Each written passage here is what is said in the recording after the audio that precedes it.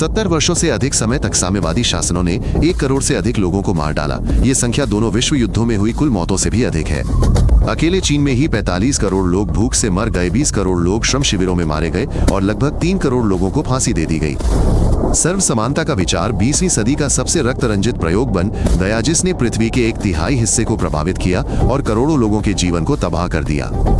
आइए देखें कि कैसे एक न्यायपूर्ण समाज का आदर्श सामूहिक हत्या की मशीन बन गया और ये व्यवस्था अंततः विश्व भर में क्यों ध्वस्त हो गई। 1848 में जर्मन दार्शनिक कार्ल मार्क्स ने एक संक्षिप्त पुस्तक लिखी जिसने मानव इतिहास में क्रांति ला दी। कम्युनिस्ट घोषणा पत्र में श्रमिकों को शोषण से मुक्ति, निजी संपत्ति का उन्मूलन और एक ऐसे समाज के निर्माण का वादा किया गया था जहां सभी समान और सुखी होंगे। मार्क्स का तर्क था कि पूंजीवाद का पतन निश्चित है और उसके स्थान पर श्रमिकों का स्वर्ग स्थापित होगा जहां सभी को उनकी आवश्यकताओं के अनुसार सब कुछ मिलेगा। ये विचार इतना लोकप्रिय हुआ कि मात्र 70 वर्ष बाद कम्युनिस्टों ने विश्व के सबसे बड़े देश में सत्ता हथिया ली और एक रक्तपातपूर्ण प्रयोग शुरू कर दिया।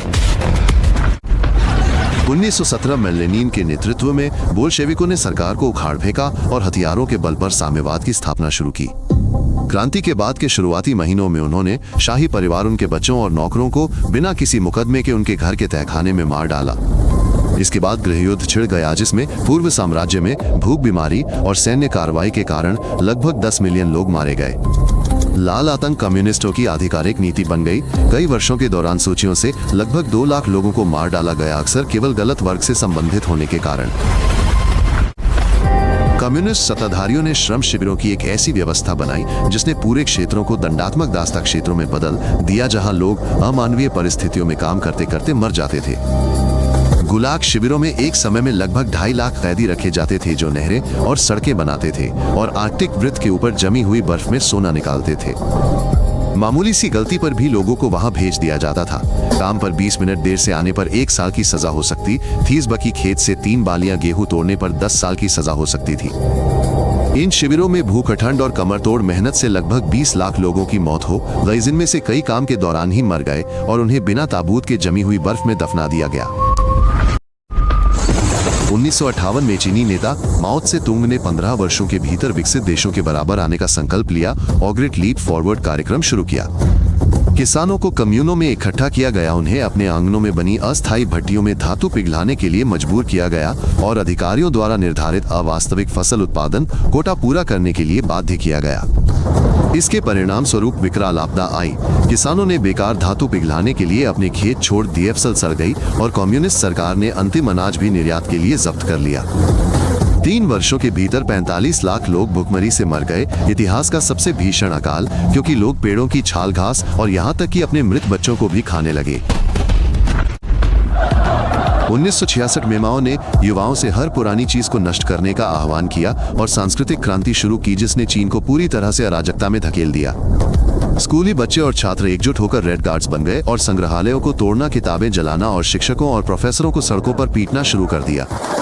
लाखों लोगों को श्रम के माध्यम से पुनर्शिक्षा के लिए ग्रामीण इलाकों में भेज दिया गया, जबकि बुद्धिजीवियों को शौचालय साफ करने और भीड़ के सामने सार्वजनिक मुकदमों में मनगढ़ंत अपराधों को स्वीकार करने के लिए मजबूर किया गया। सांस्कृतिक क्रांति के 10 वर्षों के दौरान 2 से 3 मिलियन लोग मारे गए, शिक्षा व्यवस्था नष्ट हो गई और प्राचीन देश की विशाल सांस्कृतिक विरासत भी नष्ट हो गई।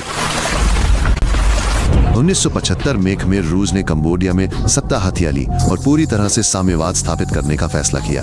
उन्होंने राजधानी और अन्य शहरों के सभी निवासियों को जंगल में भेज दिया, स्कूल और अस्पताल बंद कर दिए, पैसे पर प्रतिबंध लगा दिया और सभी को धान के खेतों में 20-20 घंटे की शिफ्ट में काम करने के लिए मजबूर किया। उन्होंने चश्मा पहनने वाले, विदेशी भाषा बोलने वाले या शिक्षित किसी भी व्यक्ति को मार डाला। उन्हें नए समाज का दुश्मन मानकर बच्चों और बुजुर्गों के साथ उनकी हत्या कर दी। 4 वर्षों के दौरान खमेर रूस ने देश की 80 लाख आबादी में से 20 लाख लोगों को मार डाला, यानी हर 4 कंबोडियाई में से 1 को। कम्युनिस्ट शासनों ने बच्चों को निगरानी के औजारों में बदल दिया, उन्हें अपने माता पिता और शिक्षकों के अनुचित विचारों और शब्दों की रिपोर्ट करने के लिए मजबूर किया। स्कूलों में बच्चों को सिखाया जाता था कि पार्टी परिवार से अधिक महत्वपूर्ण है और उन्हें प्रोत्साहित किया जाता था कि वे अपने माता पिता द्वारा रात के खाने पर कही गई बातों या उनके द्वारा पढ़ी गई प्रतिबंधित पुस्तकों की रिपोर्ट करें। अधिकारियों ने ऐसे युवा नायकों की पूजा को बढ़ावा दिया जिन्होंने अपने माता पिता के साथ विश्वासघात किया और उन्हें औपचारिक सभाओं और पाठ्य पुस्तकों में लाखों स्कूली बच्चों के लिए आदर्श के रूप में प्रस्तुत किया। इस तरह की निंदाओं से हजारों परिवार तबाह हो गए। माता पिता अपने बच्चों के सामने सच बोलने से डरते थे और बच्चे अपने सबसे करीबी लोगों सहित किसी पर भी अविश्वास करना सीख गए। कम्युनिस्ट गुप्तचर एजेंसियों ने एक ऐसी निगरानी प्रणाली बनाई थी जहां हर नागरिक मुखबिर बन सकता था और जरा सी भी लापरवाही भरी बात आजादी छीन लेती थी। केजीबी लाखों लोगों की फाइलें रखती थी, फोन टैप करती थी, चिट्ठियां पढ़ती थी और कारखानों से लेकर सिनेमा घरों और विश्वविद्यालयों तक हर जगह गुप्त एजेंट तैनात करती थी। पूर्वी जर्मनी में स्टेसी हर छठे व्यक्ति पर नजर रखती थी। उनके पास पूरे देश की 16 मिलियन आबादी के लिए 180,000 मुखबिर थे। कम्युनिस्ट देशों की सीमाएं कांटेदार तारों, बारूदी सुरंगों और मशीन गनों से लैस निगरानी टावरों से सील थीं जो पश्चिम भागने की कोशिश करने वाले अपने ही नागरिकों को गोली मार देती थी। द्वितीय विश्व युद्ध के बाद दुनिया दो शत्रुतापूर्ण गुटों में बांट गई, साम्यवादी पूर्वी भाग और पूंजीवादी पश्चिमी भाग, जो परमाणु युद्ध के कगार पर एक गतिरोध में उलझे रहे। दोनों पक्षों ने इतने परमाणु हथियार जमा कर लिए थे कि वे पूरी पृथ्वी को कई बार नष्ट कर सकते थे और दुनिया 40 वर्षों तक पूर्ण विनाश के कगार पर डगमगाती रही। शीत युद्ध एक उन्मादी हथियारों की होड़, अंतरिक्ष की होड़ और कोरिया, वियतनाम और अफगानिस्तान में दर्जनों खूनी संघर्षों में तब्दील हो गया, जिनमें लाखों लोग मारे गए। साम्यवादी देशों ने अपनी जनता को भोजन उपलब्ध कराने के बजाय टैंकों और मिसाइलों पर भारी धनराशि खर्च की और ये व्यवस्था के पतन के मुख्य कारणों में से एक बन गया। 1961 में कम्युनिस्ट अधिकारियों ने अपने नागरिकों को स्वतंत्र पश्चिम की ओर भागने से रोकने के लिए बर्लिन के ठीक बीचों बीच एक कंक्रीट की दीवार खड़ी कर दी। दीवार ने शहर को दो हिस्सों में बांट दिया। पश्चिमी हिस्से में लोग समृद्धि और स्वतंत्रता का जीवन व्यतीत करते थे, जबकि पूर्वी हिस्से में वे कतारों में खड़े रहते थे, एक शब्द भी बोलने से डरते थे। दीवार के अस्तित्व के 28 वर्षों के दौरान भागने के प्रयास में 140 लोग मारे गए। सीमा रक्षकों ने उन्हें बिना किसी चेतावनी के वहीं निर्जन क्षेत्र में गोली मार दी। ये दीवार कम्युनिस्ट तानाशाही का मुख्य प्रतीक बन गई और इसने पूरी दुनिया को ये दिखाया कि ये व्यवस्था केवल हिंसा और अपने ही नागरिकों के भागने के भय के बल पर कायम थी। कम्युनिस्ट शासन की योजनाबद्ध अर्थव्यवस्था इतनी बुरी तरह विफल हो गई थी कि दुकानों में बुनियादी सामान की भी कमी हो गई थी और लोग हर चीज के लिए घंटों लंबी कतारों में खड़े रहते थे।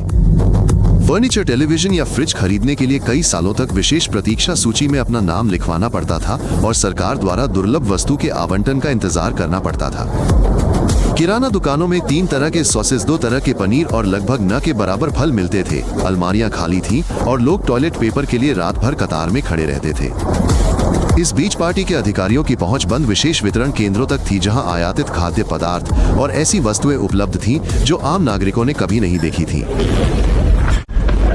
1986 में चेर्नोबिल परमाणु ऊर्जा संयंत्र में विस्फोट हुआ, जिसने दुनिया के सामने कम्युनिस्ट व्यवस्था की भ्रष्टता को उजागर कर दिया। अधिकारियों ने 3 दिनों तक अपने ही लोगों से इस आपदा को छुपाए रखा, शहर को खाली कराने में विफल रहे और यहाँ तक कि रेडियोधर्मी बादल के नीचे एक उत्सवपूर्ण प्रदर्शन भी किया, जिससे हजारों लोग घातक विकिरण के संपर्क में आ गए। विस्फोटित रिएक्टर की छत पर उचित सुरक्षा के बिना लिक्विडेटर्स को भेजा गया। उन्हें विकिरण के हानि रहित होने के बारे में झूठ बोला गया और कई लोगों को काम शुरू करने के कुछ ही मिनटों के भीतर घातक खुराक मिल गई। चेर्नोबिल इस बात का प्रतीक बन गया कि कैसे कम्युनिस्ट व्यवस्था अपने नागरिकों से झूठ बोलती है, यहाँ तक कि तब भी जब उनकी जान खतरे में होती है, और इस आपदा ने पूरे शासन के पतन को गति दी। 1989 में हथौड़ों की मार से बर्लिन की दीवार ढह गई और पूर्वी यूरोप में एक के बाद एक कम्युनिस्ट शासन व्यवस्थाएं ध्वस्त होने लगी। लाखों लोग सड़कों पर उतर आए, कम्युनिस्ट नेताओं के स्मारकों को तोड़ दिया, पार्टी कार्ड जला दिए और दशकों के भय और गरीबी के बाद आजादी की मांग की। 1991 में मुख्य कम्युनिस्ट शक्ति का पतन हो गया, सोवियत संघ का अस्तित्व समाप्त हो गया और वो 15 स्वतंत्र गणराज्यों में विभाजित हो गया। कम्युनिस्ट व्यवस्था 74 वर्षों तक चली और इसका पतन किसी बाहरी युद्ध के कारण नहीं, बल्कि अपनी अक्षमता, भ्रष्टाचार और अपने लोगों को सामान्य जीवन प्रदान करने में असमर्थता के कारण हुआ। आज कम्युनिस्ट शासन व्यवस्था कुछ ही देशों में बची है और उनमें से सबसे क्रूर उत्तर कोरिया है, जहां तानाशाह किम जोंग उनका निरंकुश शासन है।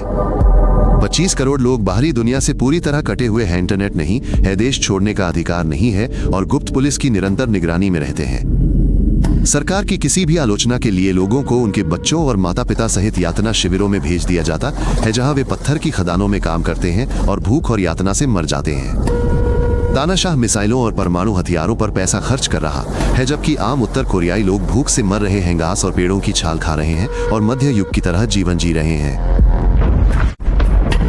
साम्यवाद इसलिए विफल हुआ क्योंकि ये मानव स्वभाव के विपरीत था। लोग समान वेतन के लिए समान मात्रा में काम नहीं करना चाहते। उन्हें प्रेरणा और चुनाव की स्वतंत्रता चाहिए। नियोजित अर्थव्यवस्था पूरी तरह से अप्रभावी साबित हुई। अधिकारी लाखों लोगों की जरूरतों का आकलन नहीं कर सके, इसलिए उन्होंने गलत चीजें और गलत मात्रा में उत्पादन किया। निजी संपत्ति के अभाव ने किसी भी पहल और उद्यमशीलता को खत्म कर दिया। जब सब कुछ राज्य के स्वामित्व में है और सभी को समान वेतन मिलता है तो प्रयास करने और अधिक मेहनत करने का क्या फायदा। साम्यवाद की मुख्य गलती ये थी कि उसने हिंसा और जबरदस्ती के माध्यम से एक आदर्श समाज बनाने की कोशिश की। इसबकी इतिहास ने साबित किया है कि स्वतंत्रता किसी भी दमन से बेहतर काम करती है। अगर आपको ये रोचक लगा तो सब्सक्राइब करें ताकि आप नए एपिसोड मिस न करें। सब कुछ संक्षिप्त और सटीक है।